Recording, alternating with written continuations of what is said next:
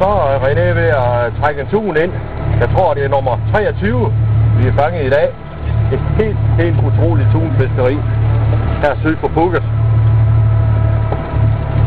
Småt tun. Jeg filmer lige, René. Ja.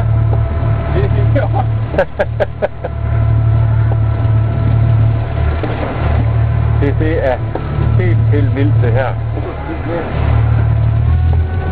Om lidt så holder vi middag, så skal vi prøve at fiske efter marlin. Så sejler vi rundt om øen her, der ligger lige i baggrunden. Nu får vi lige at se den lige om lidt. Nu vil lige se den her lille tunfisk først.